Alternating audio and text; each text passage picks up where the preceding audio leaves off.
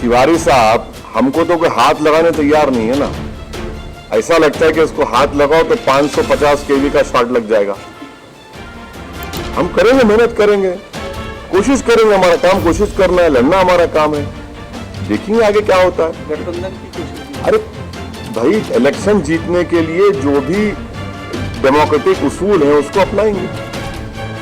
मैं हारा क्या? नहीं, मैं हारा क्या? नहीं, आपका TV9 की बहुत ही बदतमीजी की न्यूज थी आपकी।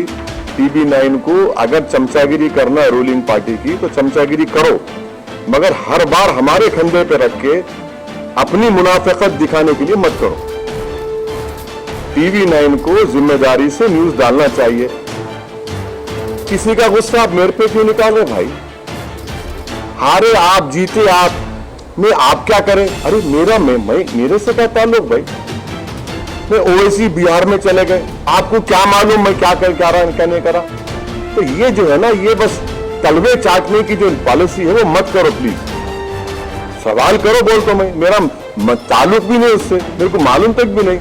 आप न्यूज चला दिए, क्या बोलते नहीं, गवर्नमेंट के पास, KCR के पास नंबर बढ़ जाना।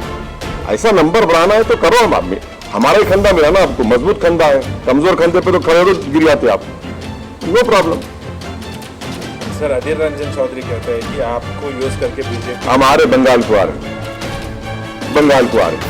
रहे बराबर आएंगे बंगाल को, मुर्शिदाबाद भी जाएंगे, मालदा भी जाएंगे, दिनाजपुर जाएंगे, सब जगह जाएंगे। अधीर रंजन चौधरी क्या ठेका लेके बैठे हुए मुसलमानों का? अधीर रंजन चौधरी को बताना चाहिए कि अपनी कॉन्स्टिट्यूंसी में मुसलमान इतने बुरे हाल में क्यों है। अधीर रंजन चौधरी को बताना चाहिए कि उन्होंने मुसलमानों के लिए क्या किया। अधीर रंजन चौधरी, तुम जान लो इस बात को कि वोट हमारा, राज तुम्हारा नहीं चलने वाला है। अभी आप हार रहे।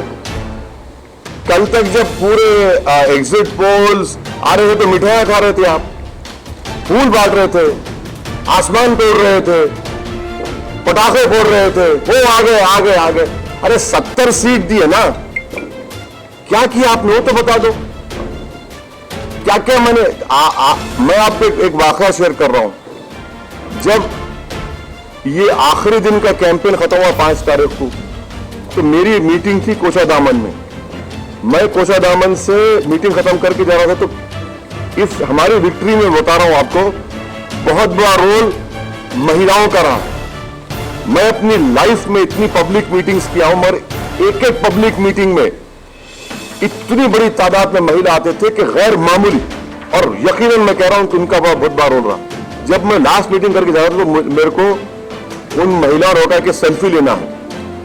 बोले बराबर लीजिए, और मैं भी चाह रहा था कि सेल्फी लिए। उसके बाद एक महिला ने मुझसे कहा कि वैसी तुम्हारे बारे में बहुत अनाप शनाप बोल रहे हैं ये लोग, इनको 7 तारीख को हम बताएंगे, और तुम देखना जब वो डब्बा खुलेगा इसका जवाब हम दे देंगे। देख लीजिए आप।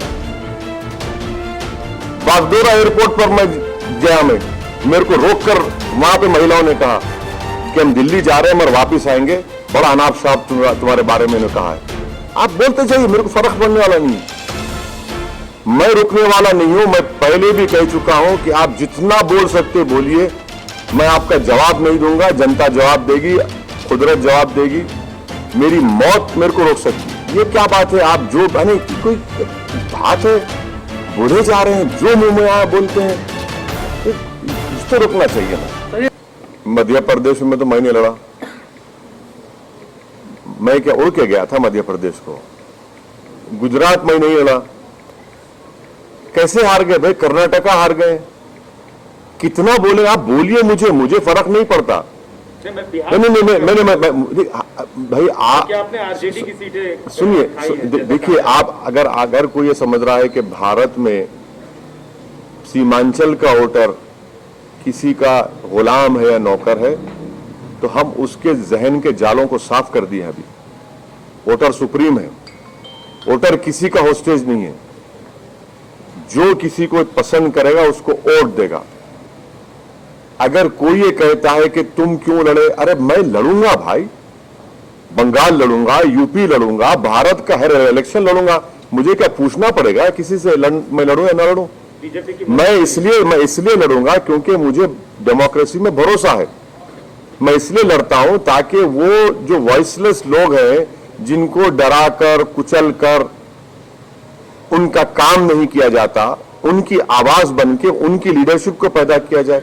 तो ये तो खुश होना चाहिए ना कि भाई हम भारत की जमहूरियत में, डेमोक्रेसी में कॉन्फिडेंस को बढ़ा रहे हैं। क्यों लड़े, कैसे लड़ना, क्या भाई मैं किसी के मातहत काम नहीं करता। मेरी पार्टी है, मुझे इख्तियार है अपनी पार्टी को फैलाने का।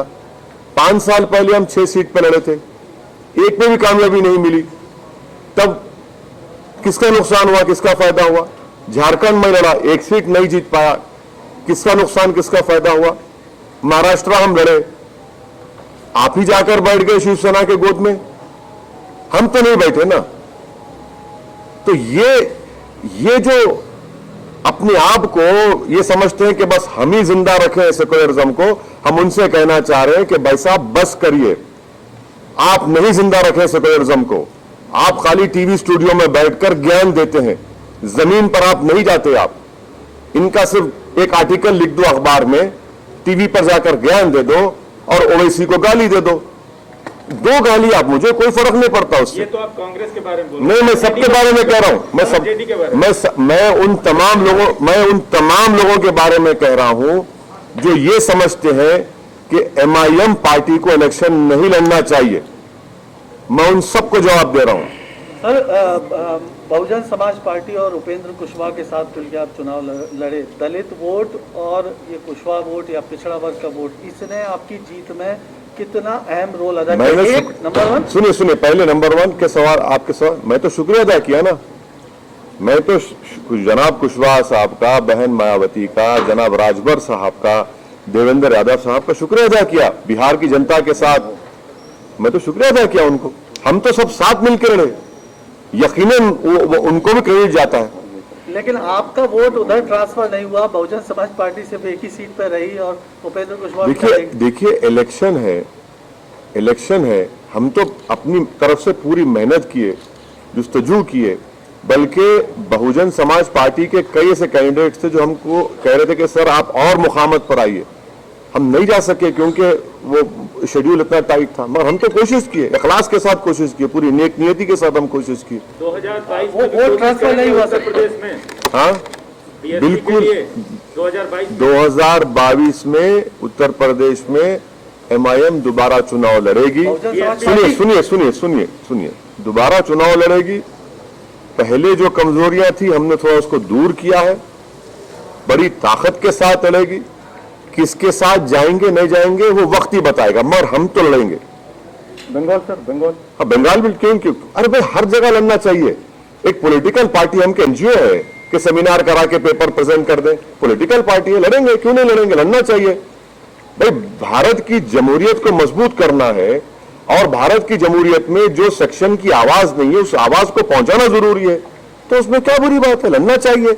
जीतेंगे हारेंगे तो वह जनता तय करेगी, अल्लाह बताएगा, मगर लड़ना तो जरूरी है ना। सर आप चाहते हैं कि ये गठबंधन जो बिहार में हुआ और सक्सेसफुल रहा, आपके लिए तो फायदेमंद रहा, यूपी में भी वही आगे। देखिए सही बात तो ये है कि हमारा पहला अलायंस हुआ देवेंद्र यादव साहब की पार्टी से, समाजवादी जनता दल से, और उससे पहले कुशवाहा साहब BSP से अलायंस कर चुके थे राजभर साहब के साथ। हम लोग बाद में गए। तो ये बिहार के इलेक्शन के हद तक हुआ है। यूपी में क्या होगा मैं अभी कैसे बताऊंगा आपको, मैं भी कैसे बताऊंगा आपको। सर, तेलंगाना में TRS पार्टी बहुत बुरी तरह आ रही है, कहीं खतरे तो बढ़ रहे हैं सर आने वाले दिनों में? बुरी तरह कहाँ हारी? कहाँ बुरी तरह? 1000 वोट से हारे, 1100 वोट से हारे।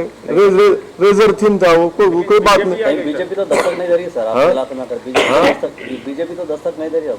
बहुत लोग दस्तक देते, दस्तक देने से क्या होता है? जब घनगरज होंगी तो दस्तक बुझ जाती ना, उसमें दस्तक देते। बहुत से लोग दस्तक दे रहे, 50 साल से दस्तक दे रहे, क्या होता है? उससे देना चाहिए, कोई बात नहीं। सर